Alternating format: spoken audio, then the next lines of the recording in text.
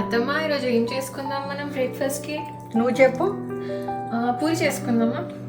Okay, puri చేసుకుందాం, కానీ కొంచెం హెల్దీ వేలో చేసుకుందామా ఈరోజు? చూడు, నేను నిన్న రాత్రి ఒక కప్పు పెసరపప్పు నానబెట్టాను.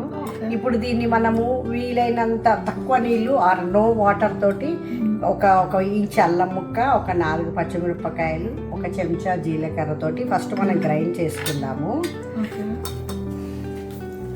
ఇందులో మనము ఆ కప్పు పెసరపప్పు నానబెట్టింది వేసాము, ఒక చెంచా జీలకర్ర, ఒక ఇంచు అల్లం ముక్క, 4 పచ్చిమిరపకాయలు వేసాము. ఉప్పు వేయకుండా గ్రైండ్ చేస్తున్నాను, ఎందుకంటే ఉప్పు వేస్తే వాటరీ అయిపోతుంది పిండి. మళ్ళీ మనం అందులో గోధుమ పిండి కలుపుకునేటప్పుడు చాలా పలచగా ఎక్కువ పిండి పట్టి పప్పు అంత ఎక్కువగా ఉండదు అందులో. సో వీఆర్ ట్రైంగ్, అదే మనం ఇది కొంచెం హెల్దీ వర్షన్ చేసుకోవాలనుకుంటున్నప్పుడు కొంచెం వీలైనంత తక్కువ గోధుమ పిండి ఎక్కువ పప్పు ఉండేటట్టుగా చూస్తున్నాను. ఫస్ట్ ఇది గ్రైండ్ చేసుకుందామండి. ఇది గ్రైండ్ అయిన పెసరపప్పు మనం అల్లం, పచ్చిమిరపకాయలు, జీలకర్ర వేసి గ్రైండ్ చేసాము. అయితే ఇందులో నేను ఒక 2 నుంచి 3 టేబుల్ స్పూన్స్ వాటర్ వేసాను, సో దట్ నేను చక్కగా మెత్తగా గ్రైండ్ అవ్వడానికి ట్రై చేశాను. ఇందులో 1 టీ స్పూన్ ఉప్పు వేస్తున్నాను, కానీ మీరు మీ టేస్ట్కి సరిపడా వేసుకోండి. అంటే ఇది ఒక పావు చెంచా ఇంగువ ఉంది ఇందులో.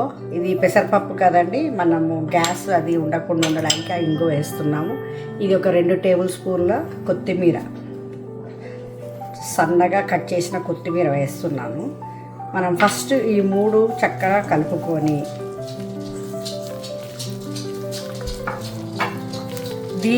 దీనికి సరిపడా గోధుమ పిండి వేసి కలుపుతున్నాము. నేను ఫస్ట్ ఒక సగం కప్పు ఒక 1 కప్పు పిండి వేస్తున్నాను. చూద్దాం ఇది ఎంత సరిపోతుందో దీనికి. ఇప్పుడు మనము చేతులతో చేయాలి.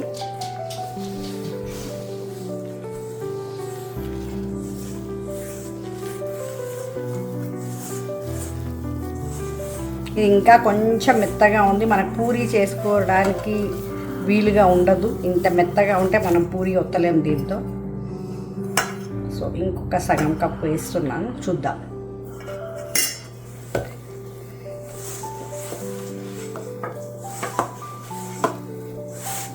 దీంట్లో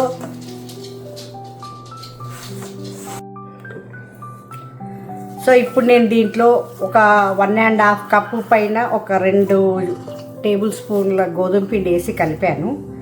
చక్కగా పూరీ పిండి తయారైంది మనకు. దీంట్లో ఒక 2 చెంచాల ఆయిల్ పైనుంచి వేసి దీన్ని స్మూత్ చేశాను చక్కగా. సో దీనికి ఒక 5 మినిట్స్ ఇచ్చి మనము పూరీ చేసుకుందామండి. ఇంకొకటి, మీకు పూరీ తినాలని లేకపోతే మీరు దీంతో రోటీ కూడా చేసుకోవచ్చు. చక్కగా పరాటా లాగా మడిచి చేసుకోవచ్చు, పూల్కా లాగా చేసుకొని కొంచెం వెన్న నెయ్యి రాసుకోవచ్చు. సో ఈరోజు మా ఇంట్లో సండే స్పెషల్ పూరీ కాబట్టి ఇది పూరీయే చేస్తున్నాను. దీంట్లోకి బంగాళదుంప టమాటా కర్రీ, బాయిల్ చేసిన బంగాళదుంపలతో చేసుకోవచ్చు.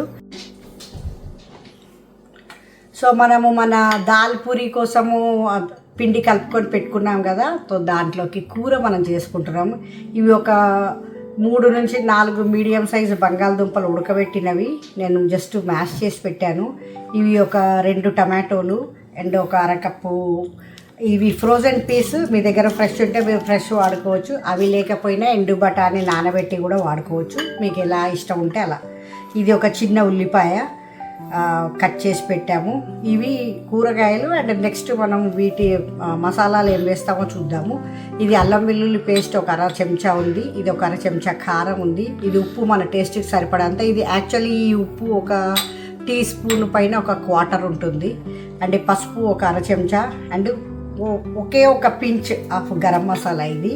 అండ్ ఇది ఒక టేబుల్ స్పూన్ ధనియా పౌడరు, ఇది 1/2 చెంచాకి తక్కువగా జీలకర్ర, 2 టేబుల్ స్పూన్లు రిఫైన్డ్ ఆయిల్. ఇది మనం వాడబోతున్నాం ఇప్పుడు కూరకి. అండ్ వెళ్దామండి, పొయ్యి వైపు వెళ్ళి మనం వండుదాం ఇప్పుడు. సో నూనె వేడవుతుందండి, మనం జీలకర్ర వేసుకుందాం ఫస్ట్.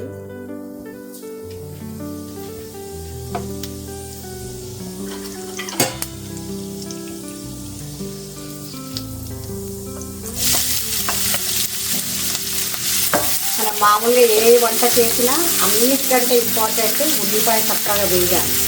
మీరు పచ్చి ఉల్లిపాయతో కూర చేద్దామంటే అది మీకు రుచిగా ఉండదు.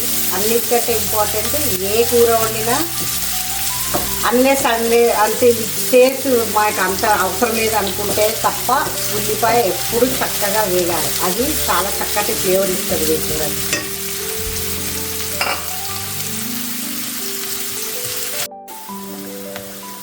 ఉల్లిపాయలు చక్కగా వేగాయి మనకు. నెక్స్ట్ అల్లం వెల్లుల్లి వేస్తున్నాను.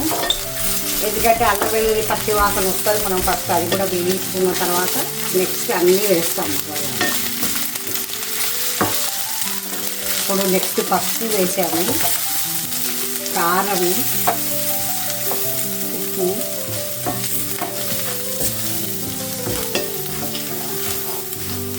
ధనియా పౌడర్ కూడా వేస్తానండి. కానీ ఇంత గరం మసాలా పక్కకు ఉంచాను. ఇది లాస్ట్కు మనం యాడ్ చేసుకుంటాము.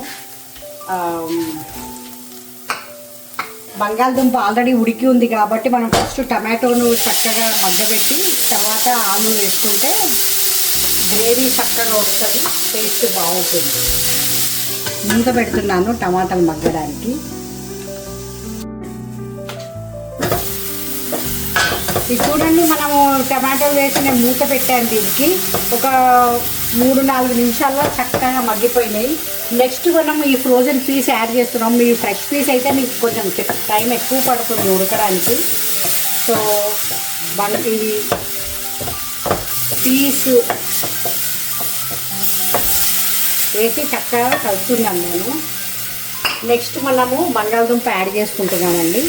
ఈ బంగాళదుంప కొంచెం మీకు రెడ్గా కనబడుతుండొచ్చు. మేము కెనడాలో ఉంటాము. ఇక్కడ రంగురంగుల పొటాటోస్ దొరుకుతాయి. ఇది ఎర్ర పొటాటోస్ పొట్టు తీసాను, అందుకని చిన్న పింక్ కలర్ కనబడుతుంది మీకు. సో ఇది 1-2 నిమిషాలు జస్ట్ దీన్ని మసాలాలో ఉడకనిస్తాం మనము. తర్వాత దీంట్లో కొంచెం వాటర్ వేసి మనం గ్రేవీ తయారు చేసుకుంటాం. వేగిందండి, 1-2 నిమిషాలు పట్టింది. ఇది 1 కప్పు వాటర్ ఇది. కానీ బంగాళదుంప ఉడకగానే చాలా చిక్కగా అయిపోతుంది. నేను ఇంకో 1/2 కప్పు వాటర్ వేస్తున్నాను ఇందులో.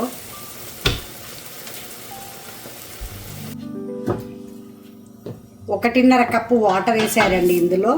ఇది కలుపుతున్నాను. మనకి ఇది ఒక 7-8 నిమిషాలు బాయిల్ అవుతే చక్కగా కొంచెం పల్చగా ఉన్న గ్రేవీతో మన దాల్ పూరిలోకి కర్రీ రెడీ అయిపోతుంది. దీంట్లో మనం కొంచెం కొత్తిమీర, చెప్పాను కదా ఒక పించ్ ఆఫ్ గరం మసాలా వేయాలని. ఇది బాయిల్ అవ్వడానికి కొంచెం టైం పడుతుంది మనకి.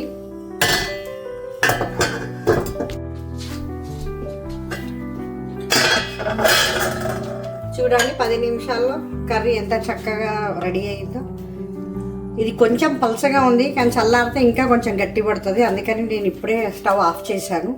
అండ్ మన గరం మసాలా కూడా వేసేసుకుందాము. సో ఇప్పుడు చక్కటి బంగాళదుంప కర్రీ మనకు రెడీ అయిపోయింది. నెక్స్ట్ నేను ఇప్పుడే మీకు పూరి చేస్తూ చూపిస్తాను. దానికోసం నూనె పెట్టాను వేడి చేయడానికి.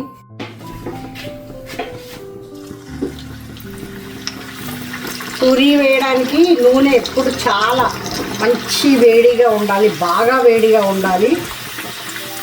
లేకపోతే పూరి పొంగదు అంటే నూనె లాగేస్తుందండి.